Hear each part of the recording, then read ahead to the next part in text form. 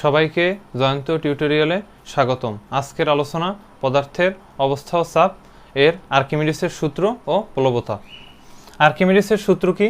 কোনো বস্তুকে স্থির তরল বা বায়বীয় পদার্থে আংশিক বা সম্পূর্ণ ডোবালে বস্তুটি কিছু ওজন হারায় বলে মনে হয়। এই হারানো ওজন বস্তুটির দ্বারা অপসারিত তরল বা বায়বীয় পদার্থের ওজনের সমান। এখন একটি উদাহরণের মাধ্যমে আমরা দেখি। এখানে একটি পাত্র, এই পাত্রের ভিতরে একটি গ্লাস আছে। গ্লাসটি পানির দ্বারা পরিপূর্ণ। এখন ধরা যাক এখানে একটি বল আছে, বলের ওজন আমাদের 1 কেজি। এখন এই বলটিকে যদি এই পানিপূর্ণ গ্লাসের ভিতরে আমরা দিই তাহলে আমাদের কি এখানে এই বলটি কিছু পরিমাণ ওজন হারাবে। এখন কি পরিমাণ ওজন হারাবে তাই মূলত আর্কিমিডিসের সূত্র। এখন এই বলটি কর্তৃক যতটুকু পানি উপসিয়ে পড়ে, যেমন এখানে, কারণ গ্লাসটি আগেই পানি দ্বারা পরিপূর্ণ ছিল, এখন তাহলে যে পরিমাণ পানি নিচে পড়লো ওই পানিকে আমরা যদি পরিমাপ করি, যে পরিমাপ আসে তা আমাদের এই মেইন বল থেকে, যে বায়ুতে যে ওজন ছিল তা থেকে যদি আমরা মাইনাস করি তাহলে যতটুকু হালকা মনে হবে পানির ভিতরে ততটুকুই হয়েছে কি আমাদের আর্কিমিডিসের সূত্রের মেইন ফর্ম। অর্থাৎ ধরে নিই এখান থেকে উপসানো পানির ভর 0.2 কেজি, তাহলে এই বলটি পানির ভিতরে হালকা মনে হবে। কতটুকু হালকা মনে হবে? 1 কেজি মাইনাস 0.2 কেজি, অর্থাৎ 0.8 কেজি পরিমাণ মনে হবে। অর্থাৎ তাহলে 0.2 কেজি যেহেতু হালকা মনে হলো, কির কারণে আমাদের আর্কিমিডিসের সূত্রের ফর্মটাই হলো কি, যেন কোনো বস্তুকে স্থির তরল বা বায়বীয় পদার্থ আংশিক বা সম্পূর্ণ ডোবালে যে ওজন হারায়, তাহলে কতটুকু ওজন হারালো এখানে?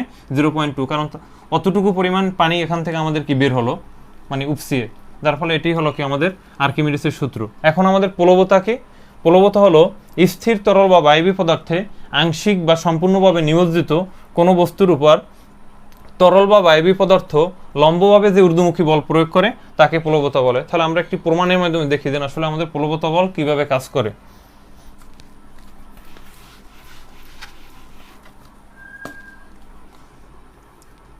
এখানে একটি পাত্র আমাদের,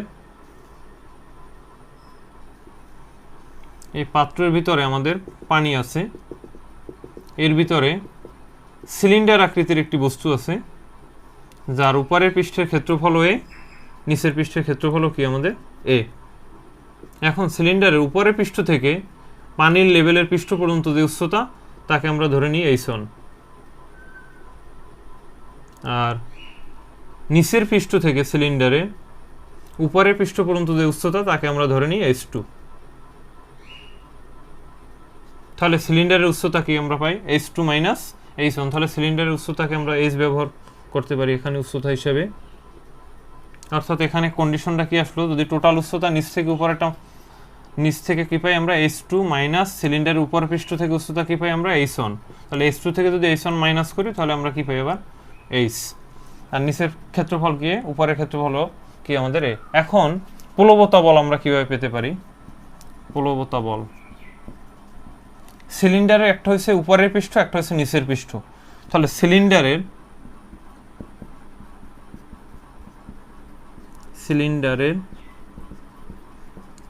উপরের পৃষ্ঠে, সিলিন্ডারের উপরের পৃষ্ঠে নিচের দিকে চাপ যদি আমরা পিয়ন ধরি তাহলে পিয়ন সমান কি আসবে আমাদের? এখানে উচ্চতা কি ছিল আমাদের? h1, আর h গভীরতা চাপের মেইন সূত্র ছিল তো আমাদের h2g, তাহলে রো তো আসবে এখানে g। সিলিন্ডারের উপরের পৃষ্ঠে নিচের দিকে চাপ, আবার নিচের পৃষ্ঠও তো ঠিক তেমনই ভাবে সিলিন্ডারের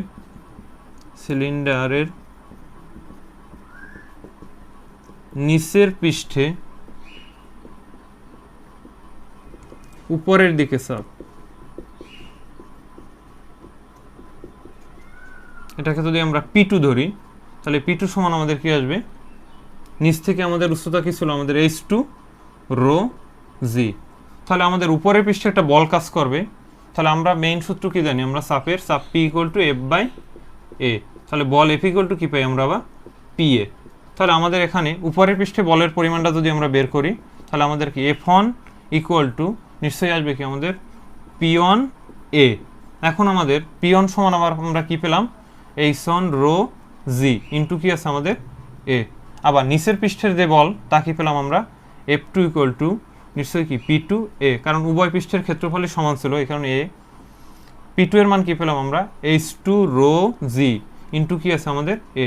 এখন এই দুই বলের যে ব্যবধান তাকে আমরা বলতে পারি প্লবতা বল। তাহলে অতএব আমরা প্লবতা বল কি পেলাম, অতএব প্লবতা বল এটাকে আমরা যদি ডাব্লিউ দিয়ে সূচিত করি তাহলে ডাব্লিউ ইকুয়াল টু কি আসবে আমাদের F two minus F one. তাহলে এফ টু এর ভ্যালু আমরা কি পেলাম, এফ টু এর ভ্যালু পেলাম আমরা H two rho G A minus কি পেলাম আমরা এইচ ওয়ান রো জি এ।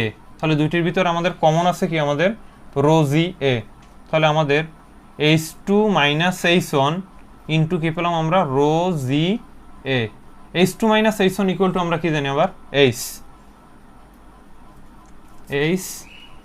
রো জি এ।